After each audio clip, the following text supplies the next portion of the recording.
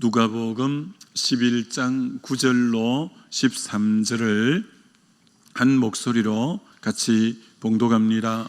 내가 또 너희에게 이르노니 구하라 그러면 너희에게 주실 것이요 찾으라 그러면 찾아낼 것이요 문을 두드리라 그러면 너희에게 열릴 것이니 구하는 이마다 받을 것이요 찾는 이는 찾아낼 것이요 두드리는 이에게는 열릴 것이니라.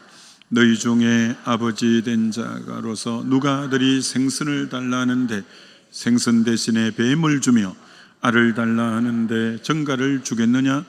너희가 악할지라도 좋은 것을 자식에게 줄 줄 알거든 하물며 너희 하늘의 아버지께서 구하는 자에게 성령을 주시지 않겠느냐 하시니라. 아멘. 구하는 자에게 성령을 주시지 않겠느냐라는 제목으로 말씀 증거하고자 합니다. 우리가 흔히 이렇게 말하죠. 말씀은 영혼의 양식이고 기도는 영혼의 호흡이다. 이렇게 이제 우리가 말씀합니다. 기도는 영혼의 호흡이다. 이렇게 말하죠. 이게 호흡의 특징이 뭐냐면 규칙적이라는 거예요. 호흡은 늘 규칙적으로 이렇게 하는 것처럼 기도 생활에서 중요한 게 뭐냐면은 규칙적인 기도 생활을 해야 그래야 영적 건강이 잘 유지가 됩니다. 예수님이 새벽 오히려 미명의 한적한 곳에 가서 기도하시는 이것이 규칙적이었습니다. 늘 새벽마다 그 시간대가 되면 늘 기도하는 아주 규칙적인 기도 생활이 예수님이 그렇게 하셨고 제자들이 제9시 기도의 시간에 성전에 올라가서 규칙적으로 기도하시다가 안전병이를 성전 미문에서 일으킨 것처럼 언제나 이 다니엘이 하루에 3번씩 다락에 올라가서 예루살렘 쪽에 창문을 열고 규칙적으로 늘 기도할 때 놀라운 역사가 일어난 것처럼 기도는 규칙적으로 잘해야 이 기도 생활이 옳게 되게 되어 있습니다. 두 가지가 규칙적이어야 되는데 첫째는 시간을 딱 규칙적으로 정해서 그 시간대만 되면 모든 우선순위를 기도에 두고 해야 되고 그 다음 장소를 일정하게 딱 잡아야 됩니다. 장소를 그래 장소가 이쪽에 했다가 저쪽에 했다가 그러면 안 됩니다. 장소가 일정하고 그리고 시간이 일정하고 그래서 규칙적으로 이렇게 해야 기도 생활은 잘 되게 되어 있습니다. 시간을 정해놓고 하는 기도를 일컬어 정시기도다 이렇게 말하고 에베소서 6장 18절에 성령으로 무시로 기도하라. 무시는 시간을 정해놓고 기도하는 게 아니라 그때그때 성령이 마음 주실 때 하는 기도가 이제 무시로 하는 겁니다. 자, 그런데 원칙이 있습니다. 정시 기도를 잘 하는 자라야만이 무시 기도를 잘할 수 있다라는 거예요. 성령이 그때그때 주실 때 기도가 잘 되는 사람은 누구냐? 정시 기도를 일정하게 하는 사람이라야 성령이 그때그때 마음 주실 때 무시 기도가 가능하지. 정시 기도가 옳게 안 되는 사람은 무시 기도 또한 성령에 민감하게 반응할 수 없다라는 것이죠.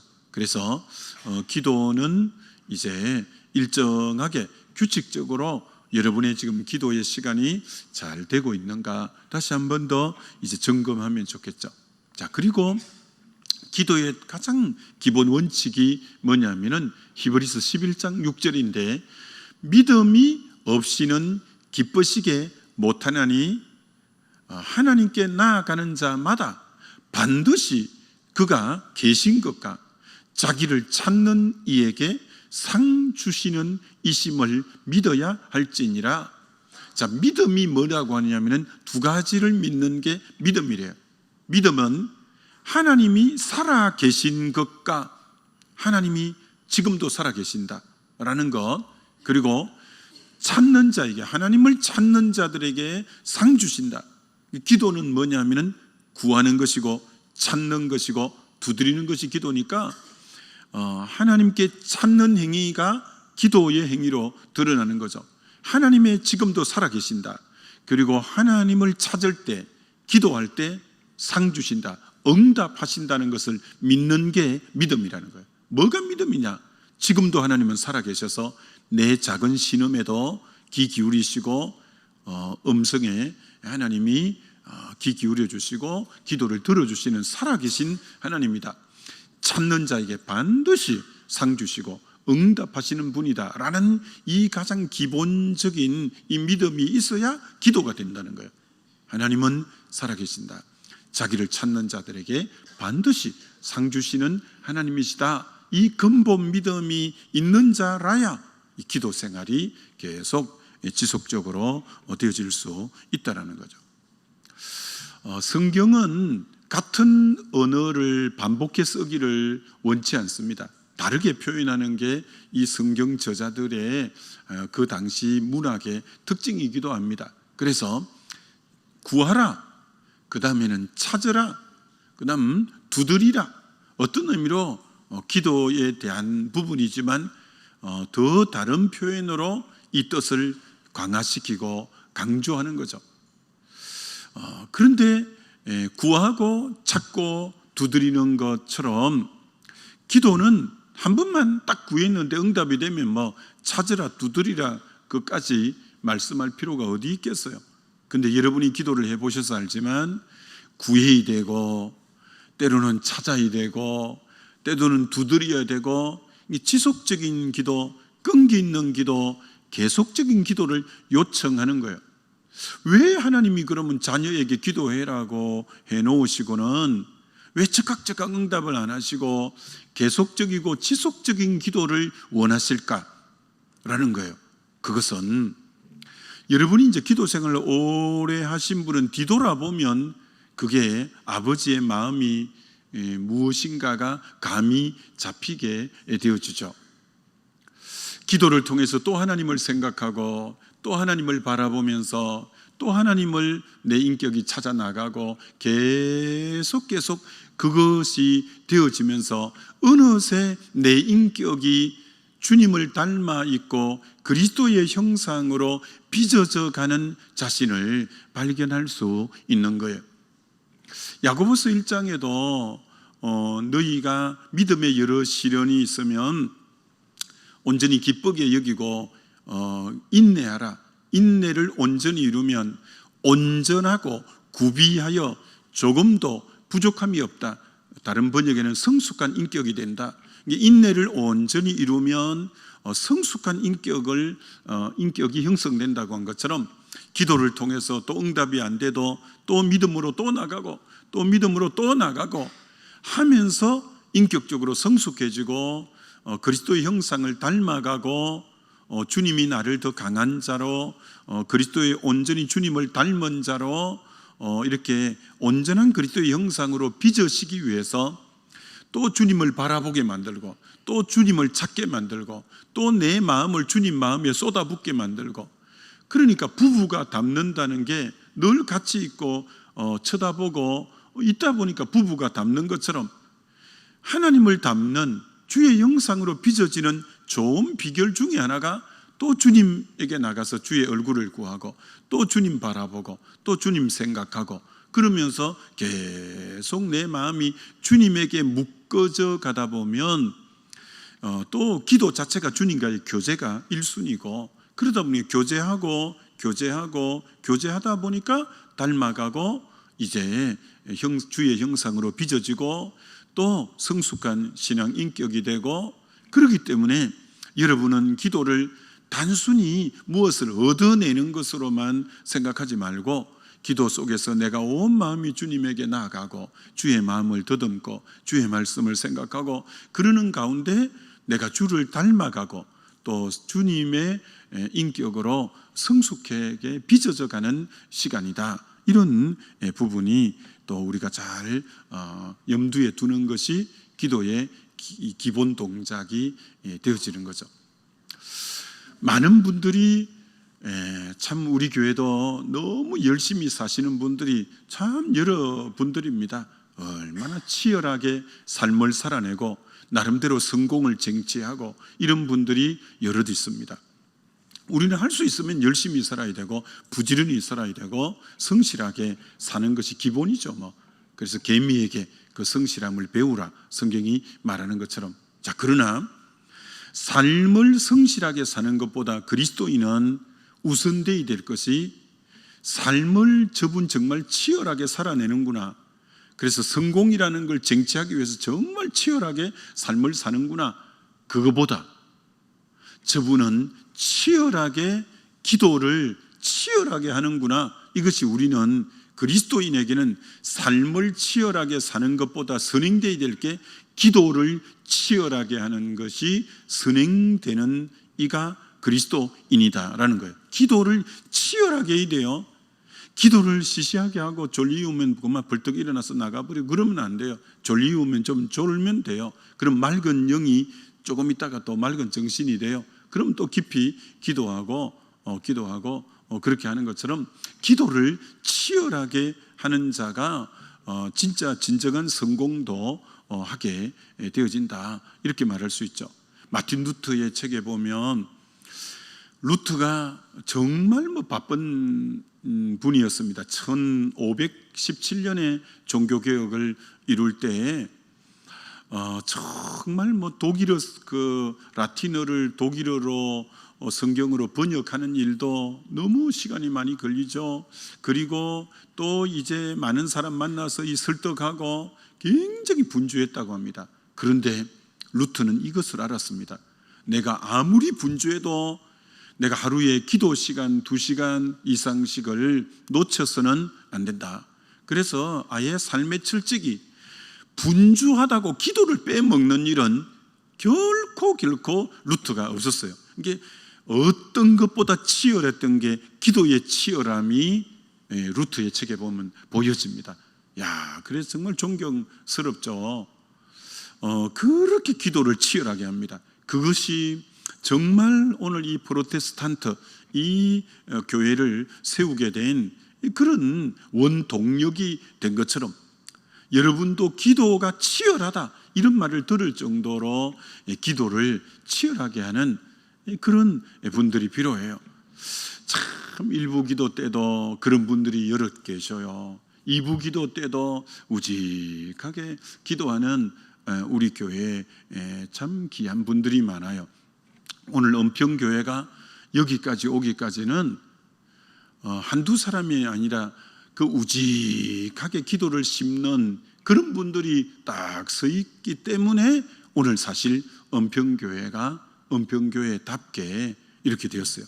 지난주에 아침에 그 보고하는 거 물론 장애자 주일이 되었어도 그런데 출석이 4,000명을 넘어가는 것 같아요. 보통 한 3,500 항상 이 언저리인데 지난주는 하여튼 3,500, 4,000가량이 되어지는 것 같았는데 하여튼 여러분 이 우직하게 기도하는 이런 자세가 필요해요. 그래서 어제 제가 총회를 9시까지 하고 늦게 출발을 장로님 한 분하고 이렇게 오는데 이제 대화를 하면서 오는데 우리 장로님이 참 이렇게 말씀하셔요. 참 같은 장로지만 참 신앙에 그래도 모델이 되는 장로님이 계시다는 거예요. 그분이 언제나 우직하게 참 비가 오나 눈이 오나 기도하는 그 모습이 자기의 참 모델이 되어서 그때부터 자기도 기도하기 시작하고 그때부터 사업도 참 많이 이렇게 하나님이 형통케 해주셨고 그래서 언제나 그분을 참 고맙게 생각하고 신앙의 좋은 모델로 삼고 참 그분이 말한 그 장로님이 진짜 우직하게 기도하는 분이거든요. 어떤 일이 있어도 기도의 자리를 정말 그리고 어디 다른 어떤 사업차 출장을 가셔도 기도의 자리를 우직하게 지켜내는 참 그래서 좋은 교회가 무슨 교회가 좋은 교회냐면은 신앙의 본이 될 만한 분들이 여기저기 딱 포진해 있는 교회가 건강한 교회고 좋은 교회인 거예요. 그래서 아가서에 보면 뭐라고 했냐면은 양떼의 발자취를 쫓아가라 이런 말씀이 있어요. 아니, 양떼는 목자의 발자취를 쫓아가는 거잖아요. 근데 여러분, 양떼가 수천 마리가 되기 때문에 목자가 저 앞에 가물가물하게 있기 때문에 목자를 잘 보고 못 가요. 너무 앞에 있어서.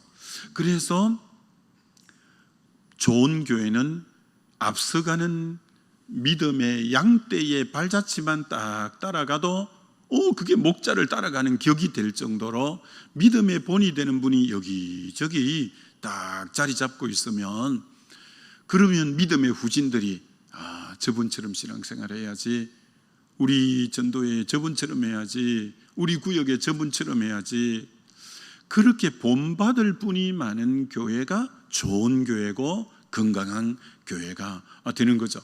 그처럼 기도가 우직하게 될 때 하나님이 항상 함께하는 걸 많이 보게 되는 거죠. 여러분, 그렇습니다. 아침에 하루를 주님께 맡기면서 기도로 출발하고, 저녁에 하루를 돌아보며 또 감사로 하루를 마감하고, 치열한 이 기도의 시간이 결국은 치열한 기도의 영적 전투가 인생의 승리의 비결을 가져온다, 이렇게 말할 수 있습니다. 아마 이 자리에 계신 분 중에 지금 참 삶이 하나님의 은혜다라고 고백할 수밖에 없는 여러 건강도 자녀도 때로는 물질적으로도 여러 가지로 하나님이 많이 이루어 주신 그런 분들이 계실 거예요. 참 하나님이 내 삶을 축복하셨구나, 이런 분들도 여러 계실 거예요. 자, 그럼 여러분, 그 축복을 어떻게 유지할 수 있느냐, 어떻게 그 축복을 롱런할 수 있느냐. 축복을 받는 것도 중요한데 축복을 지켜내는 것 또한 중요한 거 아니겠어요? 어떻게 축복을 지켜내냐? 축복은 첫째도 롱런하는 비결은 겸손이요, 둘째도 겸손, 셋째도 겸손인데, 그럼 그 겸손이 어떻게 표현되어져야 되는 거냐? 하나님께 손 드는 것으로 표현되어져야 된다. 손 든다는 것은 하나님 앞에 항복하는 거예요. 주님, 저는 스스로 못 삽니다. 저는 주님의 가지에 불과합니다. 저는 주님의 양에 불과합니다. 오늘도 포도나무 없이 가지 스스로 저는 존재할 수 없는 존재입니다. 오늘도 선한 목자 없이 양으로 저는 존재할 수 없습니다. 오 주님, 오늘도 주님이 도와주셔야 됩니다. 오늘도 주님이 저를 불쌍히 여겨주셔야 됩니다. 저는 오늘도 주님이 필요합니다. 늘 오늘 하루도 주님 없이는 전 존재가 불가능한 존재이오니 주여 저를 도우시고 주여 저를 불쌍히 여겨주시고, 저는 오늘 주님이 아니면 존재가 불가능하다고 늘 주님의 도움을 요청하고 늘 주님 앞에 두 손 드는 그 겸손함이 유지될 때 그 축복은 오래 가는 거예요. 롱런 할 수 있다, 이렇게 말할 수 있는 거죠. 기도의 제일 첫 번째요, 제일 중요한 게 누구에게 기도하느냐. 기도의 대상이 중요하다고 했죠. 기도의 대상. 그럼 우리의 기도의 대상은 하나님 아버지라는 겁니다. 아버지. 예수님이 우리에게 기도를 가르칠 때 아버지에게 기도해라, 하나님이 아버지고 우리는 영접하는 순간 자녀가 되어졌습니다. 여러분, 이 자녀의 권세가 얼마나 대단한 권세인지, 자녀는 아버지에게 당당하게 구할 수 있는 권세가 자녀에게 있는 거죠. 자, 그런데 자녀는 아버지에게 필요한 것을 당당하게 구할 수 있는 자격과 이제 조건을 다 갖춘 자입니다.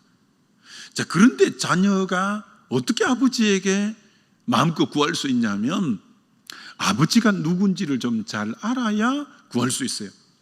아버지에게 구할 수 있는 자격을 가지고 있으면서도 자기 아버지가 어떤 아버지인지 잘 모르면 못 구하는 거예요. 그래서 누가복음 15장에 흔히 말하는 탕자라고 말하는 둘째 아들이 돼지가 먹는 지엄 열매도 못 먹는 바닥을 쳤을 때 아버지가 떠오르는 거예요. 아버지가. 근데 그 아버지에 대해서 이렇게 고백하는 거예요. 내 아버지 집에는 종들, 품꾼들도 풍족한데 나는 여기서 줄여 죽는구나. 자, 이 아들이 기억하고 있는 아버지는 풍족한 아버지라는 거예요. 품꾼들, 내 아버지 집에 있는 품꾼들까지도 풍족한데 이 아버지 떠난 나는 여기서 줄여 죽는구나. 그래서 이 아들이 왜 돌아갈 수 있었냐면 아버지가 풍족하다는 것을 익히 아는 거예요. 아버지는 풍족하신 분이다 라는 것을 이 아들이 알았기에 돌아가는 거예요. 마찬가지입니다. 우리가 이 새벽에 기도하고 의탁하고 맡기고 구하는 아버지는 정말 풍족한 아버지라는 거죠. 풍족한 아버지. 너무너무 풍족한 아버지죠. 그래서 성경은 무엇을 기도하라고 하냐면은 빌립보서 4장 6절에 아무것도 염려하지 말고 오직 모든 일에 너희 구할 것을 감사함으로 아뢰라. 모든 일이라는 거예요. 아버지가 풍족하기 때문에 야, 그 부분은 아버지가 안 돼. 그런 게 아니라 모든 일에, 오늘 인생사가 얼마나 다양해요. 그러나 아버지에게 나갈 수 있는 기도 제목은 모든 것이래. 오직 모든 일에. 이제 여러분이 오늘 이 새벽에 기도할 때 야, 이것까지 될까? 아니요, 그것까지도 돼요. 아버지는 모든 것에 풍족하신 분이시다는 거예요. 자, 그런데 여러분이 이제 부모 된 분들이 여기 대부분이실 건데 자녀들이 구하면 부모 심정은 뭐냐? 할 수만 있다면 좋은 걸 주고 싶은 게 부모 심정이에요. 그렇잖아요. 할 수만 있다면 자녀들에게. 그래서 오늘 본문이 그렇게 말해 놓은 거예요. 자녀가 떡을 달라는데 돌을 줄 부모가 누구냐? 자녀가 생선을 달라는데 뱀을 줄 부모가 누구냐? 자녀가 알을 달라는데 정갈을 줄 부모가 누구냐? 너희가 악한 부모라도 자식에게는 좋은 걸 줄 줄 알거든. 하물며 하늘에 계신 너희 아버지가 구하는 너희에게 마태복음 7장에는 좋은 걸 주시지 않겠느냐? 오늘 누가복음 11장에는 성령을 주시지 않겠느냐? 이렇게 말씀하고 있다는 거예요. 자, 그럼 마태복음에는 같은 병행 구절인데 좋은 것이라고 해놓고 누가복음에는 그 좋은 게 성령이다 이렇게 말하고 있다는 거예요. 좋은 게 성령이라는 거예요. 그럼 왜 좋은 것이, 아버지께서는 자녀에게 제일 좋은 걸 주시기를 원하는데 좋은 것 중에 최고는 성령이시라고 말씀하고 있다는 거예요. 성령이시라고. 왜일까요? 왜 성령이 제일 좋은 것일까요? 그렇죠. 기본이죠. 왜 기본이냐면 니고데모라는 요한복음 나오는 니고데모는, 이런 니고데모의 신상이 뭐예요? 바리새인이에요. 이는 바리새인이 당대 6천 명 가량 밖에 없었어요. 이게 엘리트 중에 엘리트죠. 서울대학이 6천 명이 넘어요. 그러니까 엘리트 중에 엘리트가 이 니고데모고요. 이 니고데모는 사내들의 공회의원이에요. 사내들의 공회는 70명이에요. 70명. 70명 중에 또 들어가는 사람이에요. 그리고 관원이에요. 고급 공무원이에요. 그 당대 가장 엘리트가 누구냐면, 잘난 사람이 누구냐면 니고데모예요. 이 니고데모가 밤중에 예수를 만났는데 예수님이 딱 한마디 했어요. 당신 다시 태어나야 돼. 다시 태어나야 된다는 거예요. 거듭나야 돼라는 거예요. 야, 너무 충격적이죠. 세상에서 제일 잘났는데 다시 태어나야 된다는 거예요. 그러면서 예수님이 육으로 난 것은 육이야. 너 엄마 뱃속에 한번 태어나면 너 육의 생명밖에 없어. 영으로 태어나야, 물과 성령으로 태어나야 너 하나님 나라 갈 수 있고 하나님 나라 볼 수 있어. 성령은 뭐 하게 하는 거냐? 완전히 영적으로 태어나게 하는, 생명을 주는 영. 그래서 성령을 무슨 영이라고 하냐? 로마서 8장 이전에는 생명의 성령이라고 해요. 생명의 성령. 성령이 임해야 이 조예라는 영원한 생명이 내게 임하니까.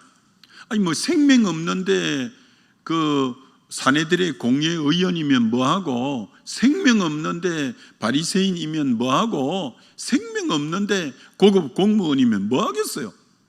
가장 중요한 게 영원한 생명이라는 거예요. 이 성령이 임할 때 영원한 생명이 임하게 되는 생명의 성령이니까 이게 뭐 제일 좋은 것이죠. 생명의 성령이니까. 에스겔 37장의 골짜기에, 산골짜기에 온 해골대가 뼈와 그 해골이 뒹굴고 수북하게 있는, 그건 이스라엘의 완전히 영적으로 죽어 있는 상태를 그렇게 비유한 거예요. 그래서 인자야 저게 살겠느냐 이렇게 물어보잖아요. 그때 생기의 바람이 성령을 나타내요. 성령의 바람이 해골대 뼈 사이를 확 부니까 거기 뼈와 뼈가 연하여지고 하늘 군대를 이루고 살아나는 것처럼, 그건 오순절 성령이 임할 때 그 역사가 일어날 것을 어떤 의미로 표현한 것처럼, 오순절 성령이 임하자 생명의 강력한 역사가 일어난 것처럼 우리에게 제일 좋은 것은 성령이에요. 성령. 믿습니까? 이 성령이 제일 좋은 것이죠. 그렇기 때문에 오늘 좋은 것의 제일 핵심이 생명이 내 속에 임하는 시간이니까 성령이 제일 좋은 거고, 두 번째로 왜 성령이 제일 좋은 거냐? 성령은 요한복음 14, 15, 16장의 진리의 영이기 때문에 그런 거예요. 고린도전서 2장 14절에 육의 사람은 하나님의 성령을 받지 아니하나니 저희에게는 미련하게 보이며 또한 깨달지도 못함이라. 성령을 못 받으면 그가 박사라도 IQ가 160이 돼도 영적인 부분에 대해서는 못 깨닫고 미련하게 보인다는 거예요. 이게 참 놀라운 겁니다. 성령을 못 받으면 아무리 IQ가 좋고 박사학위가 몇 개라도 진리에 대해서는 완전히 이제 까막눈이라는 거예요. 진리의 영이 임해야 되는데 왜 그러냐면 디모데전서 3장 16절에 이 성경이 이제 성령의 감동으로 기록된 책이고, 베드로 후서 1장 20절 21절에도 너희가 성경의 모든 예언을 사사로이 풀면 안 된다. 예언은 언제든지 사람의 뜻으로 난 것이 아니요 오직 성령의 감동을 받은 사람들이 하나님께 받아 말한 것이다. 성령의 감동을 받은 사람이 하나님께 받아 말한 게 성경이기 때문에 이 성경은 성령의 조명이 있어야 깨달아지는 거예요. 깨달아지는 거예요. 그렇기 때문에 이 진리에 대한 눈이 열리려면 성령이 임해야 진리의 눈이 임하는 거예요. 안 그러면 뭐 성령이 안 임하면 이것처럼 지루하고 무의미한 책이 없지만 성령이 임하면 눈이 열리는 거예요. 그래서 여러분은 여러분을 진단해 보셔야 돼요. 내가 정말 진리의 영이 임했냐 안 임했냐. 여러분, 이건 직분하고 관계가 없어요. 신앙 연륜하고 관계가 없어요. 여러분이 진짜 성령을 받으면 이 경험이 없는 분은 이 기도를 1순위로 하셔야 돼요. 다시 말합니다. 직분하고 관계가 없어요. 연륜하고 관계가 없어요. 나는 언젠가부터 말씀이 꿀송이처럼 달았다. 언젠가부터 말씀이 정금처럼 귀하게 내게 다가왔다. 이렇게 말씀이 굉장히 꿀송이처럼 너무 말씀이 달다는 게 이런 거구나. 말씀을 읽고 묵상하는데 너무 말씀이 깨달음이 단 거야. 설교를 듣는데 너무 말씀이 귀에 쏙쏙 들어오고 너무 말씀이 달아. 그러면 여러분은 진리의 영이 임했다고 할 수 있는 거예요. 근데 말씀을 보면 도통 무슨 말씀인지 못 깨닫겠고 잠 안 온다 성경 가져와라 막 이리 되면 안 되는 거예요. 그리 되면 그분은 뭐 신앙 연륜이 아무리 많아도 안 되는 거예요. 직분이 뭐라 해도 안 되는 거예요. 진리의 영이 임해야 돼요. 진리의 영이. 그래서 여러분이 진리의 영이 안 임한 분은 기도를 세게 해야 돼. 성경에 대한 이 깨달음이 너무 말씀이 달다, 너무 말씀이 좋다. 자, 그럼 이렇게 마무리해 봅니다. 자주 한 말씀이니까 이건 잘 보셔요. 진리의 영이 임하면 말씀이 꿀송이처럼 달아요. 이게 말씀이 꿀송이처럼 달면 그 다음 증상이 어떤 증상이 나타나냐? 말씀이 너무 좋아갖고 너무 다니까 말씀을 주야로 묵상하게, 시편 1편처럼 주야로 묵상하게 되어져요. 말씀이 잠을 자라 해도 막 계속 말씀이 좋아서 주야로 묵상하는 거예요. 주야로 묵상할 뿐 아니라 이분은 이제 말씀이 어느새 자기 발의 등이 되고 길의 빛이 되는 시편 119편 105절처럼 말씀이 내 인생의 길잡이가 되는 거예요. 길잡이가 되고, 그리고 이분은 말씀을 많이 읽고 좋아하다 보니까 어느새 청년이 무엇으로 행실을 깨끗게 하리까? 주의 말씀을 따라 삼갈 것이니이다. 내가 주께 범죄치 않기 위해서 주의 말씀을 내 마음에 두었나이다. 어느새 이분의 마음에는 말씀이 마음에 담겨 있는 거예요. 그 히브리어에 내 마음에 두었다는 것은 마음에 조각했다는 뜻이요. 마음에 조각을 한자 한자해서 마음에 말씀이 탁탁 박혀 있는 거예요. 그러니까 여러분, 제가 어지간한 구절은 다 암송하잖아요. 암송. 왜? 그때 한참 성령의 진리의 영이 임했을 때 말씀을 수십독한 그것이 거의 조각이 많이 되어져 있는 부분이 그렇게 많죠. 이게 조각이 되면 안 잊어버려요. 안 잊어버려요. 그런 것처럼 말씀이 어느새 마음에 딱 새겨져 있는 거예요. 새겨져 있는 거예요. 그럴 뿐 아니라 말씀을 이렇게 조각이 되고 말씀을 가까이 하면 시편 119편 98, 99, 100절처럼 지혜와 명철이 스승보다 노인보다 원수보다 성한, 지혜와 명철이 노인보다도 오래 인생을 산 사람보다, 공부를 많이 한 스승보다, 그리고 원수, 나를 넘어뜨리려고 하는 원수보다 더 지혜와 총명이 뛰어나고, 그리고 말씀을 더 가까이 하는 사람은 시편 119편 165절 그 앞에 장애물이 없고, 그리고 언제나 평강이 그를 주장하는 삶이 언제나 평안하고 장애물이 없는 삶. 그래서 여러분이 이 진리의 영이 너무너무 귀한 거죠. 아무쪼록 이것이 기도를 통해서 하나님이 내 자녀에게 성령 충만을 부어주시려고 하는 이유이다라는 것을 아시고, 늘 기도 생활을 통해서 하나님의 좋은 것인 성령을 받아 승리하는 저와 여러분 되시길 주의 이름으로 축원합니다. 우리 말씀 붙잡고, 하나님, 오늘도 저에게 필요한 것은 성령입니다. 성령으로 충만케 해달라고 주여 한번 부르고 기도합니다.